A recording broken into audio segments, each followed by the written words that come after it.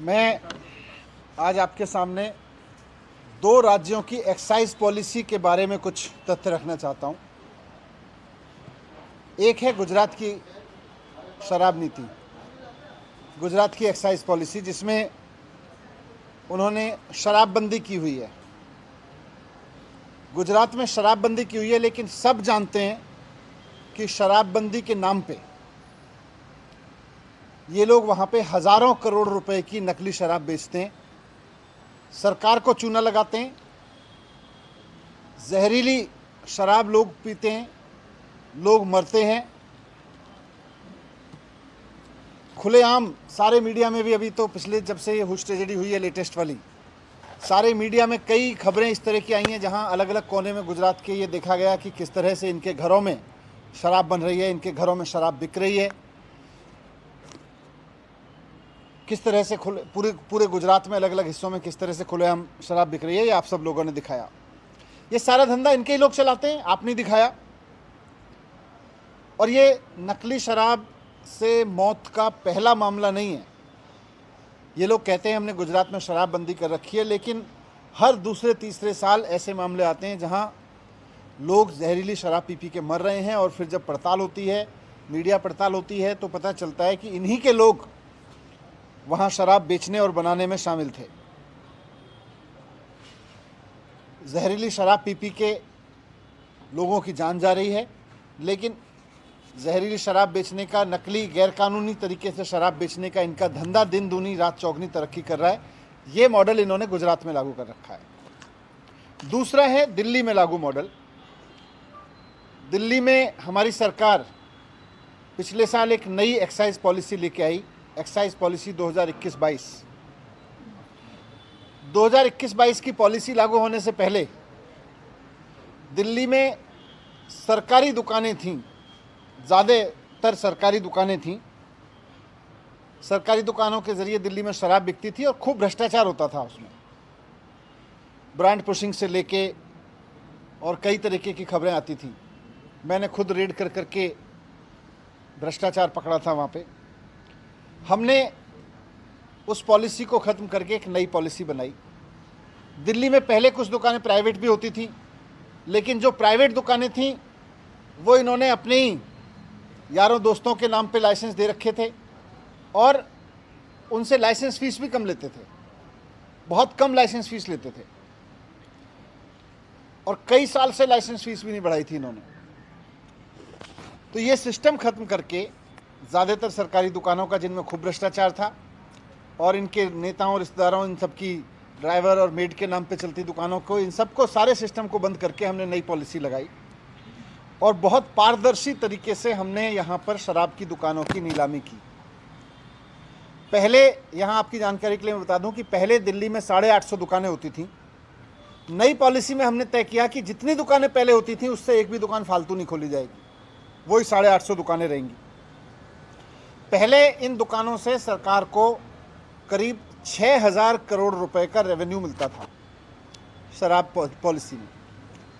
जब पारदर्शी तरीके से इन दुकानों की नीलामी हुई तो दुकानें नहीं बढ़ी, लेकिन पूरे साल में, एक फुल ईयर में 850 दुकानों से 9500 करोड़ रुपए का रेवेन्यू आना था। इस हद तक ऑक्शन गया हमारा, 6000 करोड़ की जगह 9500 करोड़ रुपए।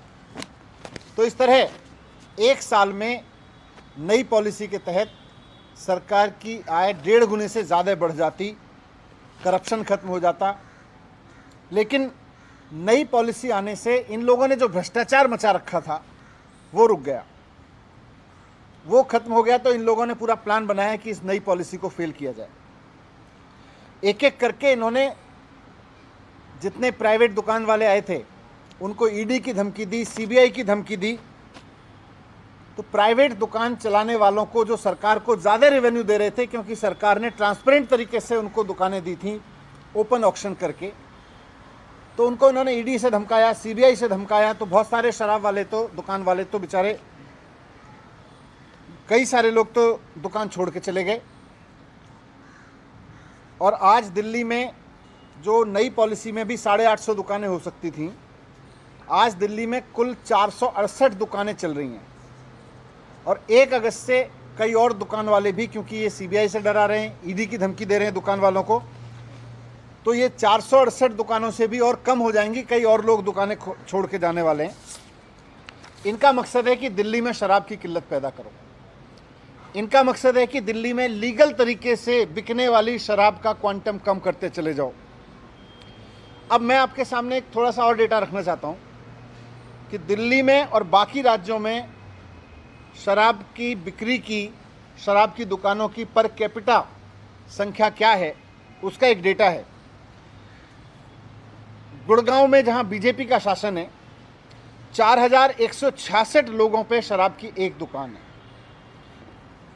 नोएडा में जहां बीजेपी का शासन है, 1390 लोगों पे शराब की एक दुकान है।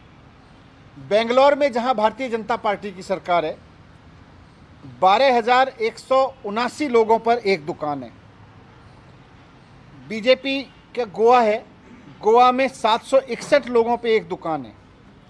नई पॉलिसी के तहत अगर दिल्ली में मैक्सिमम दुकानें भी खुल जाती तो उसके बावजूद 850 दुकानें भी खुल जाती तो यहाँ 22,707 लोगों पे एक दुकान होती।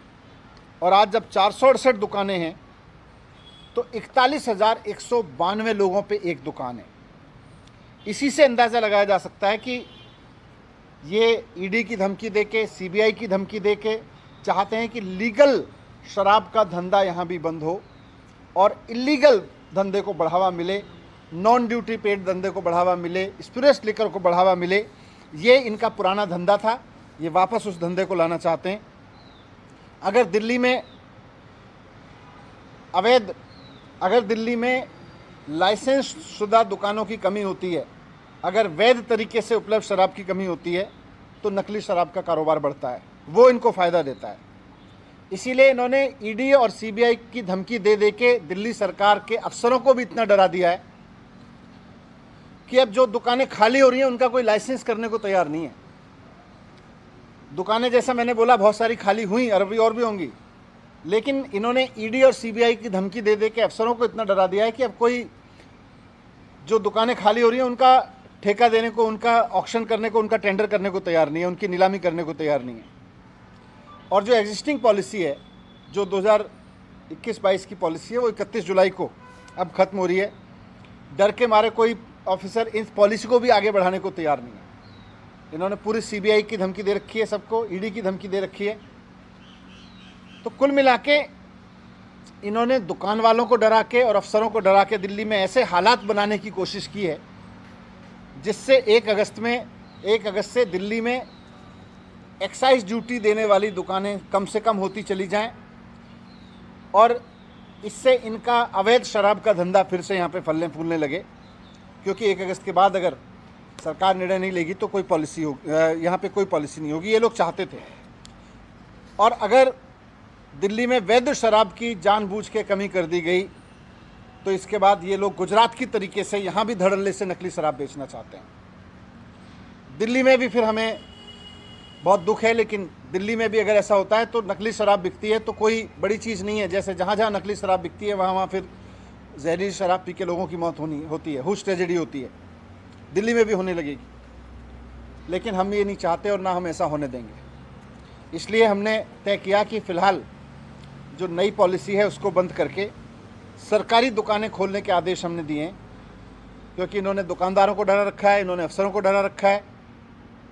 इसलिए नई पॉलिसी बंद करके सरकारी दुकानों के ज़रिए अब लीगल लिकर सेल करने का हमने ऑर्डर दिया है, ताकि दिल्ली में कोई इलीगल शराब ना बेच पाए, ताकि दिल्ली में कोई स्पिरिट्स शराब ना बेच पाए। और चीफ सेक्रेटरी को मैंने ऑर्डर किए हैं कि किसी भी कीमत पर वो ये सुनिश्चित करें कि सरकारी दुकानों के ज़रिए करप्शन ना हो और किसी तरह की इलीगल मार्केट शराब की दिल्ली में ना खड़ी हो। ये मैंने ऑर्डर किए हैं। लेकिन बीजेपी से इस तरह से पेश कर, मैंने उसका रीज़न बताया आपको। ये लोग चाहते हैं कि अफसरों को इतना डरा दो और प्राइवेट दुकानदारों को इतना डरा दो कि उसके बाद में यहाँ से दुकानें बंद हो जाएं और इनका इलीगल दुकानों का धंधा, ये गुजरात की तरह से जैसे हज़ारों करोड़ का धंधा गुजरात में चला रहे हैं और लोग मर रहे हैं, ये चाहते हैं कि दिल्ली में भी ये हालात पैदा हों कि हज़ारों करोड़ का धंधा इनका यहाँ पे चले, नंबर 2 का, और नंबर 1 का धंधा शराब का बंद हो जाए। सर तो क्या अब चेंजेस होंगे जब 1 तारीख से पुरानी लेकर पॉलिसी होगी, तो कितने शॉप्स होंगे, जो डिस्काउंट रेजीम चल रहा था, टैक्सेशन रेजीम और जो ड्राई डेज थे, क्या वो सब भी रिवर्स होगा? हमने 2015 के बाद से ऑर्डर किया हुआ था कि दिल्ली में कोई नई शराब की दुकान नहीं बढ़ेगी, तो हमने 2015 से के बाद से दिल्ली में कोई नई शराब की दुकान नहीं बढ़ी। पुरानी पॉलिसी में जितनी दुकान थी उससे ज़्यादा नई में भी खोलने की ज़रूरत नहीं पड़ेगी। नहीं, मैंने अभी गवर्नमेंट शॉप्स खोलने के लिए ऑर्डर दिए हैं। सर दिल्ली में क्या इससे जो ट्रांजिशन पीरियड चलेगा, शराब की कमी तो नहीं हो पाएगी जिससे कि घटनाएं? नहीं, मैंने चीफ सेक्रेटरी को ऑर्डर दिए हैं कि ट्रांजिशन पीरियड में किसी तरह का कोई कैओस ना हो। नहीं, अभी मैंने गवर्नमेंट के दिए। Only government shops. Let the department open. It won't exceed 850. That we have made sure. But also these shops, the government shops, they were closed down. Now they have been asked to submit details of the shops, how much of the shops are still there. So it's going to take at least a couple of days for this to come in order. तो ये इसीलिए तो इनकी साजिश expose कर रहा हूँ मैं। कितने दिन का हमें मतलब वो गैप रहेगा for it to become functional now? तो department will do as fast as possible. Sir नई पॉलिसी में जो अलग समान रूप से दुकानें खुली थी, जैसे पहले था कि एक वार्ड में 3 दुकानें, किसी वार्ड में नहीं है, तो नहीं, अब तो वो पॉलिसी तो अभी होल्ड पे हो गई ना। सर ड्राई डेज और बाकी जो चेंजेस थे, जो क्या उम्र में बदलाव था वो सब आपके सामने आ जाएगा जब मैं हम तो टिके हैं, लेकिन बीजेपी ने ईडी और सीबीआई की धमकी दे के जिस तरह से अफसरों को डरा दिया है कि वो अब इस पॉलिसी को आगे बढ़ाने को तैयार नहीं है। जो दुकान छोड़ के चले गए वो उनके ठेके देने को, नीलामी देने को तैयार नहीं है। प्राइवेट दुकानों को ये धमका रहे हैं कि छोड़ के चले जाओ, नहीं तो ईडी और सीबीआई में उठा के जेल भेज देंगे। तो वैसे में सरकार की जिम्मेदारी ये है कि यहाँ किसी तरह का कैओस ना हो। सर एक अलग सवाल, लोकायुक्त ने शिकायत मैंने खूब स्कूल बनवाए दिल्ली में, दिल्ली सरकार ने, और कितने शानदार स्कूल बने हैं वो आप भी देख रहे हैं। हमारा काम है स्कूल बनवाना, हमारा धर्म है स्कूल बनवाना, बच्चों को पढ़ाना, वो हम निभा रहे हैं। बीजेपी का फ़र्ज़ है, बीजेपी का धर्म अपना उन्होंने चुना है कि हम इस तरह की हरकतें करें, वो करते रहें। पहले भी इन्होंने खूब जांच कराई थी, इन्होंने स्कूल के मामले में भी जांच कराई, कई और एमएलएज की जांच कराई, सत्येंद्र जैन की जांच में भी कल आपने देखा कि किस तरह से ईडी को सुनाया कोर्ट ने। तो उन सब में आप देख लो, कुछ भी नहीं निकलेगा, सारी चीज़ें क्लीन निकलेंगी।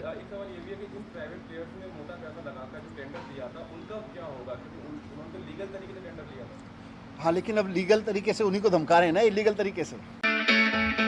It's great to see you here. Thank you for watching our work. If you haven't subscribed yet, don't forget to click the bell icon and subscribe to Mojo Story and support independent, robust journalism.